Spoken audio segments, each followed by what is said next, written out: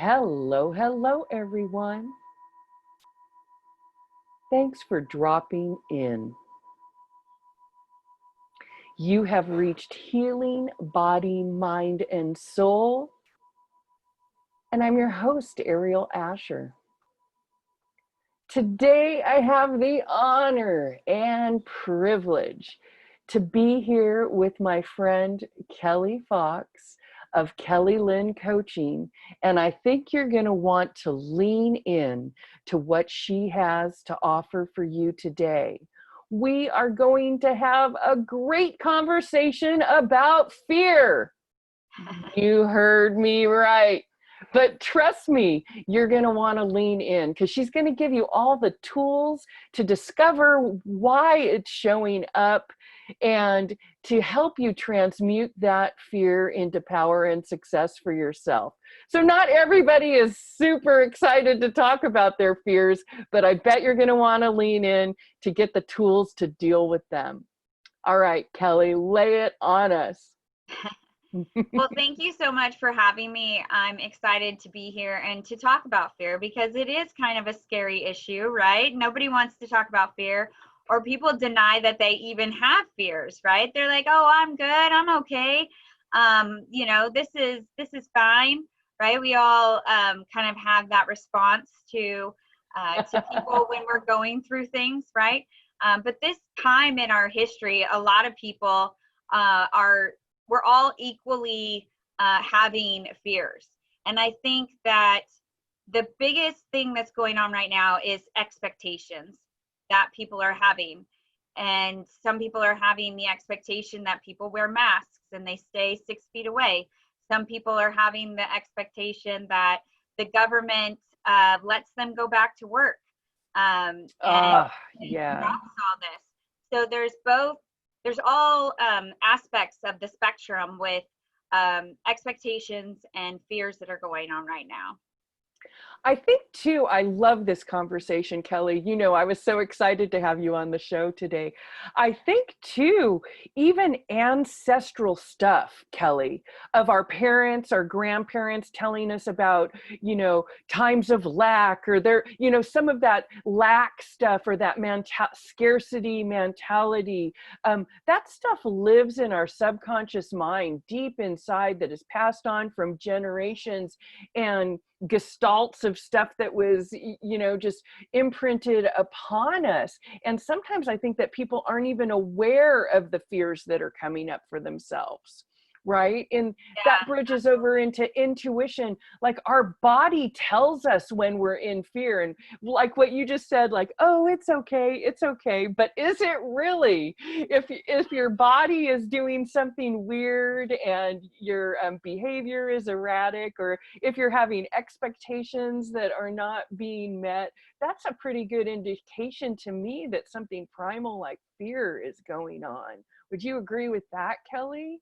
Absolutely, absolutely. I mean, there's been all kinds of research and studies that prove that fears stay in our DNA and they travel from generation to generation. So you might have a fear of something and have no explanation of why that fear is there. And it's probably because that fear existed with one of your ancestors, right? Like you were saying. And absolutely. And the issues are in the tissues, people. I'm a body worker, so I have to, the issues are in the tissues. It stays in there, even if you are not consciously aware of it, and gets triggered. This mask thing, I love that.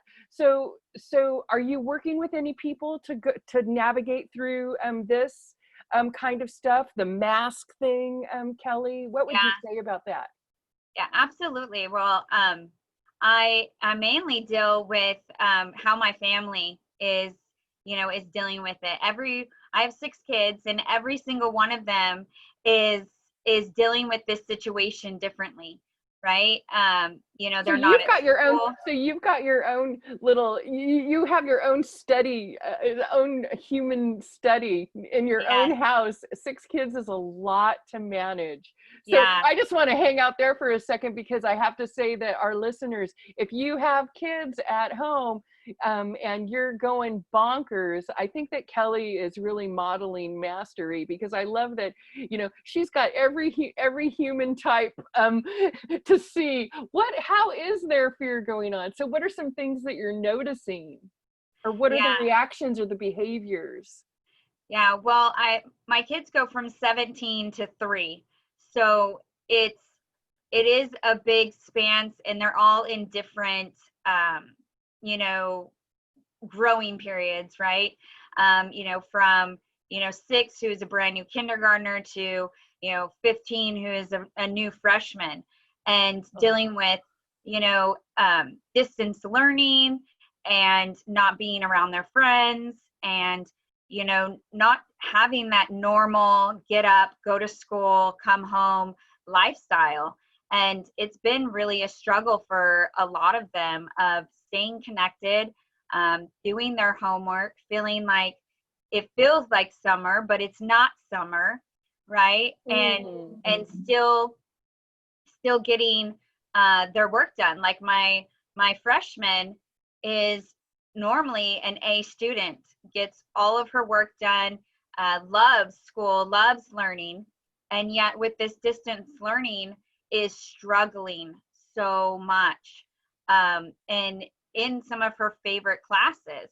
So how is she dealing with that? And it has been a huge struggle for her, because the learning is completely different, right? Like in the class, she gets a lecture and she takes notes. Now she's reading a book and taking notes, and it's completely different. There's Right. no interaction with the teacher and the students. They used to play games to, get the information in different, in a fun way, right? So, she's stressing out about that, going from an A to possibly an F, right? Because Because she's having she's not absorbing the information and able to process it the same way. right. I totally get this, because I don't know if you know this, Kelly, but I was an artist in schools and taught different learning types, and since this COVID-19 thing, some of the theater games and interactive kinesthetic things that I do to help facilitate the different learning styles of absorbing information like this, it's completely different. If you have a student or any person who's trying to absorb information and it's not their modality of learning, then there's going to be problems. What are you doing to manage? Is she freaking out because she is not able to keep up, or is she what's her behavior like in all that? She's doing a lot of shutting down, and so it's talking to her. It's getting her to interact, even just in other ways, because she's not even really communicating with the family anymore. She's just Withdrawn. isolating in her room. She's not in contact with her friends. So it's, Oh, asking her to interact with me individually. It's asking her, she loves to bake. So, getting her up and baking cookies, or, different ways of getting her to come back out, right? We've been helping her with some of her homework. Like my husband is a math genius, so he helps her with that, or talking her through her science, just different things like that, to kind of bring her back into the thinking of, she is a good student, she can get good grades even with this difference, right? So, and that's kind of how we're addressing the issue with all of the kids, just reminding them that this is temporary, reminding them that um, they can take this time that is normally school time and sit down and go through their homework. My 6th grader is even FaceTiming with friends and doing their homework together. So ah, there's different ways that they're addressing it. My 3rd grader, her teacher is really great with Zooming as a classroom. So, and going over certain topics, and then letting the kids play and interact with each other after. So each teacher is kind of doing things differently. The high school, I think, it's a little bit more challenging because they have so many different teachers, and it's not just one teacher addressing the class. So she hasn't Zoomed at all. She, gets emails, and the other kids get a lot of text messages and messaging through the different services that the school and the teachers use, and they're Zooming with their teachers. So it's a lot different. Wow, and you have Look. all the grades. You have all the grades and all the ages to see what's happening. That's very interesting from an educational and development point of view. How they're going to move forward. I feel so strongly for your 17-year-old and her. I hope she comes out of isolation for more than cookies. But I feel so. I relate so strongly to her as somebody that. For me, reading is not how I absorb information. I mean, I can, but I kind of go to look for information.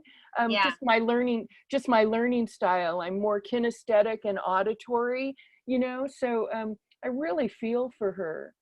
And yeah, I'm a visual learner. I have to see it for it to make sense to me. And actually, if I can see it and hear it at the same time, and also write it, then it's more likely going to stay in my brain because I'm using more of my senses, right? And so she is a much better student than I was. And so I think things always being kind of easy for her, and now it being a challenge kind of adds to that, that kind of defeated feeling, and adds to the wanting to isolate and withdraw.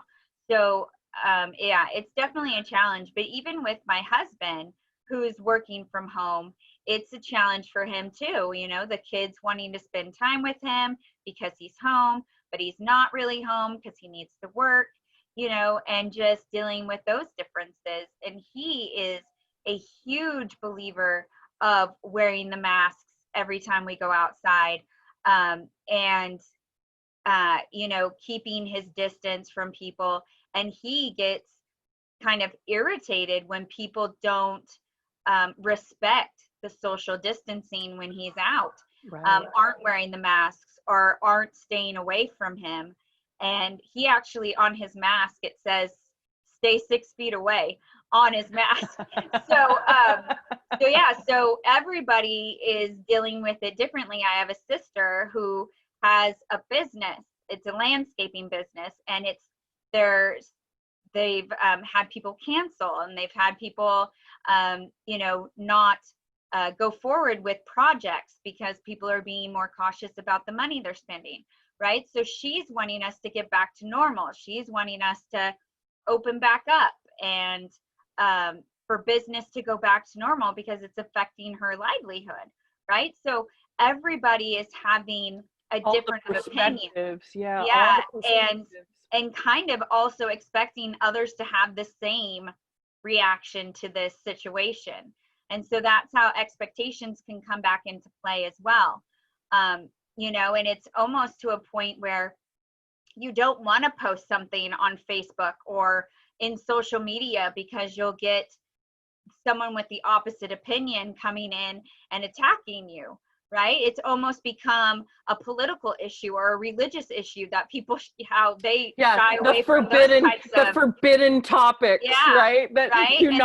do not bring up at family gatherings. Right. And so it actually, because our family has been doing family Zooms, it is something that has kind of come up. And some of us who like to be the peacemaker or the neutral family member, right? That's kind of our role within the family. We don't want those issues to come up, but we also want to be supportive, of the differing opinions. So there's kind of this balancing act as well when you're dealing with family or friends who are all reacting to this situation differently. And so the main thing that I've been practicing is compassion, compassion and seeing the innocence of others, and also just knowing that people are trying to meet their needs and they may not have the skills or the mindset to meet those needs in a way that is appropriate, that is kind, that is considerate. They are just doing what they can with what they know how to do. And so it's having compassion for people and the way that they're reacting, knowing that everybody is just in their fear and it's not who they are. Yeah, they're in their survival. I call it survival mode, but they're in Yeah, survival mode, and they're defending their boundaries for their survival, sometimes in not productive ways, right. right? But I love what you're saying, is just have compassion for where they're at, because we don't know what's going on with them, or what state of being triggered they are. I'm guessing, Right. you know. Gosh, I love Yeah. this. So rich. So what kind of things do you, as a coach, Kelly, let's just pivot a little bit the conversation. Tell me a little bit about the things that you work with specifically on clients. Well, I work a lot with tools, teaching people skills and tools to deal with fear, to be able to recognize it quicker and move through it easier. So we discover what their trigger is, their main trigger. What are their normal go-to fear responses to not feel like they are showing up, right, in that negative light that they are afraid that people are seeing them in, right? That's our trigger. And then also to avoid feeling that they're not wanting to feel, right? And then The possibly moving avoidance, in, yeah, the right, avoidance, yeah. possibly moving into even self-destructive behaviors, right? Oh, Intensifying those fear responses. Like we like to use the example that a treat might be a couple cookies, a fear response is 10, and this self-destructive behavior is the whole bag, right? So just having awareness around that and being able to pivot, as you were saying, to proactive behaviors quicker, right? And then also learning what the other side is. What are those proactive behaviors that they can do when they see that they're triggered, so that they can transition quicker, right? So if I notice that I'm isolating, or I notice that I'm shutting down, or I notice that I'm being a little snippy, right, with people, I can go, okay, I've obviously been triggered, I'm in fear, so what can I do to shift myself out of that? Can I take a moment and pause and breathe? Can I go for a walk? Can I say, soothing or powerful affirmations to myself? Can I smile, even though I might not want to smile, right? There's all these different things that we can do to shift ourselves into a more proactive behavior mindset. And, and then also awareness on what do we need to do to access those proactive behaviors. For me, it's an aspect of trusting myself. So if I was trusting myself in this moment, what would I do? And so it kind of takes that doubt, that, maybe guilt or shame out of the situation, and puts me into a mode of trusting myself, trusting that I know what I know, trusting that my intuition is true, trusting that I am capable, or I am able, or I have permission to do these things that will, like self-care or whatever these proactive behaviors are, to shift myself out of the fear. So for others, it could be something else. It all kind of depends on what your trigger is, right? Or your individual relationship with fear, because we all have an individual relationship. And I think that the more that we know our fear, how it talks to us, what it looks like, how it individually affects us, then we can be more aware of what we can do to comfort it so it calms down, and we can move forward on our dreams or our goals or the things that we want, that we see in front of us, or showing up as the person that we want to be. And I think awareness is really the first step into having that transition and moving into looking at those proactive behaviors and taking action on those proactive behaviors. Amen. Sing it, sister. Good job. Yeah, yeah.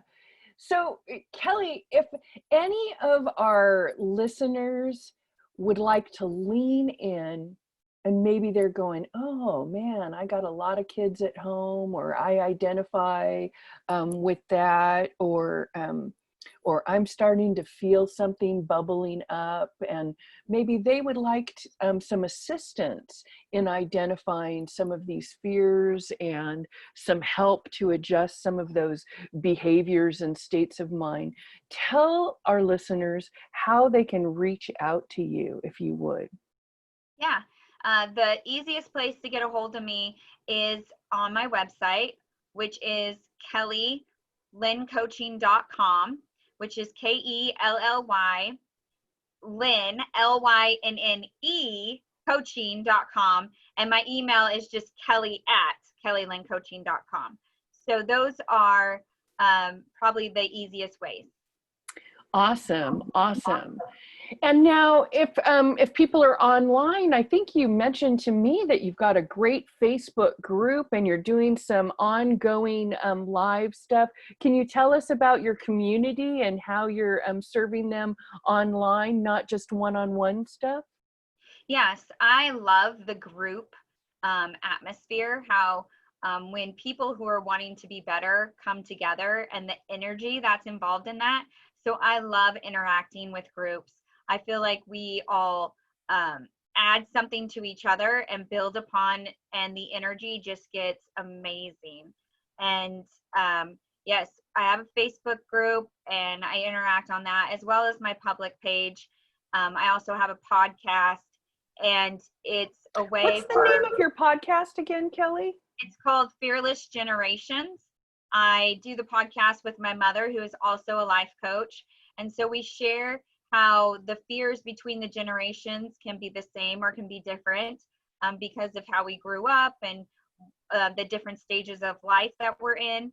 And so we talk about that each week, and how we can use tools and different things, skills, strategies to move through our fear.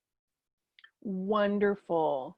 I love that you and your mom are both life coaches talking about generational stuff. And as a mother of 6, Kelly, I think that you have your archaeological, sociological, sort of metaphysical work cut out for you. I applaud you in managing all of that. Yeah, well, it's a day by day process, right? Some days Sure. I am more successful than others, but it is something that I continually practice. Amen. Amen. Well, Kelly, you know what? I enjoy so much connecting with you, and I really love the work that you're up to. I think it's so very important for people to become self-aware and to identify their fears. Especially right now, very timely, your work right now. So everyone who's listening, make sure to check out Kelly's website and see what's going on with that. And like we said, reach out. All of her links will be in the show notes. Kelly, thank you so much for spending some time with us today and just hanging out and sharing your energy with me and our listeners. It has been an honor and a pleasure, and I hope you'll come back again real soon, if you will. Yes, absolutely. Anytime you Right. need me, I'm here. All right. Thank you so much. Okay, listeners, that's going to be the end of our conversation for today. I want to wish you well. I want to also remind you that we are still looking for authors for our Empowered Self-Care book project. If anybody out there, if that tickles your fancy. And this is Aeriol Ascher, your host, signing off for this time. Until next time, happy healing.